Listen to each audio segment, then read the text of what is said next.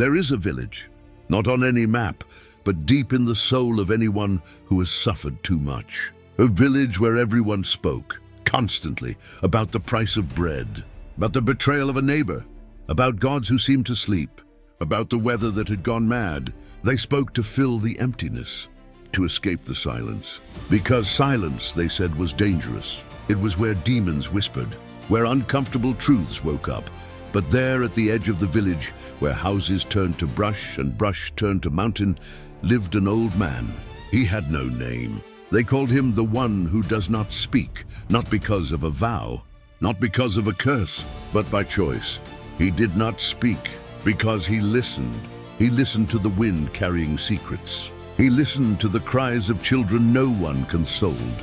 He listened to the groan of the earth beneath hurried feet. He listened to silence. People avoided him, said he was cursed, that he brought bad luck, that his quietness was contagious. Children threw stones at his clay and straw hut. Merchants pretended not to see him as he passed with his gnarled wooden staff. Priests said he offended the gods, for if the gods gave us voices, why silence them?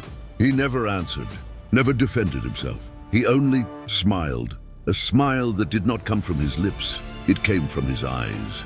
A smile that said, you still don't understand. Noise is the prison. Silence is freedom. And then the drought came.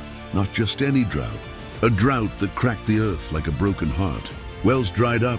Crops turned to dust. Animals collapsed. The sky, once blue, became a ceiling of lead, merciless. Priests shouted prayers. Politicians promised solutions. Merchants raised prices. Nothing.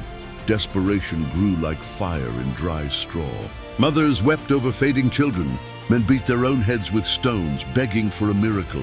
And then, on a moonless, starless, hopeless dawn, she came a young mother, with her baby in her arms, skin clinging to bone, breath faint as a wounded butterfly's wing. She knocked on the old man's door, not with force, with desperation.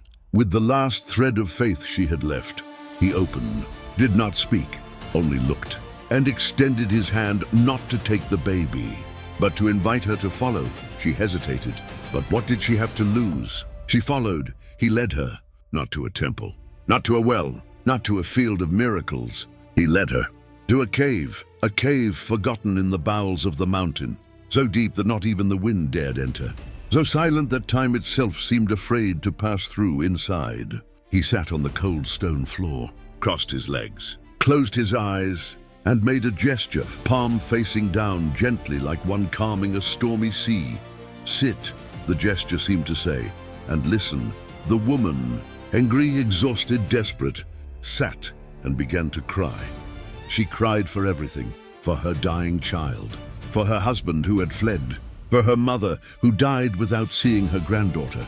She cried thick, hot, salty tears that fell onto the stone floor and evaporated before they could touch the ground. She cried for minutes, and then she fell silent, not from exhaustion, from presence, because in the silence of that cave, something happened. She did not hear sounds, she heard truth. A voice that was not a voice, an answer that was not a word, a light that was not light. She saw within herself the path. She saw the medicinal plant growing behind the sacred stone. She saw how to prepare the tea. She saw the cure. She ran like she had never run before. Found the plant, prepared the tea, gave it to her child, and he lived. Days later, she returned to the cave, knelt before the old man, and asked with tears in her eyes, "What was that? What did I hear?"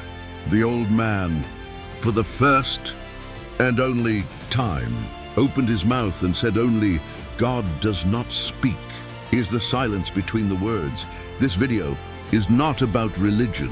It is about revelation, about how the answer you seek is not in books, gurus, social media, expensive courses. It is in the silence you fear to inhabit.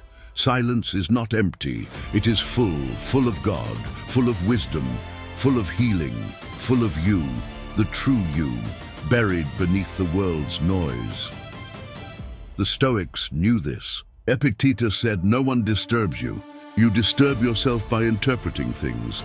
Zen Buddhists call this ma, the empty space between notes that makes music possible. Christians hear in Psalm 46, "Be still and know that I am God." Modern neuroscience confirms 2 minutes of daily silence regenerates the brain. Lowers cortisol, reorganizes emotions, but you don't need science, you need courage. Courage to stop, that's why. Now, I invite you, close your eyes, turn everything off. Your phone, your TV, your thoughts, your anxiety, your guilt, your fear, and listen, what do you hear? Perhaps the sound of your breath, perhaps the beat of your heart, perhaps nothing, but in the nothing is everything, because silence is not absence, it is presence. The presence of what has always been there, waiting. For you, the world doesn't need more voices, it needs more ears. And the greatest miracle is not speaking to God, it is realizing He never stopped speaking. We're just shouting too loud. To hear, if this video touched something in you, don't let it pass. Share it with someone who needs to stop, someone who needs to listen, someone who needs to find themselves, because perhaps the healing you seek is waiting in the silence you have not yet dared to enter.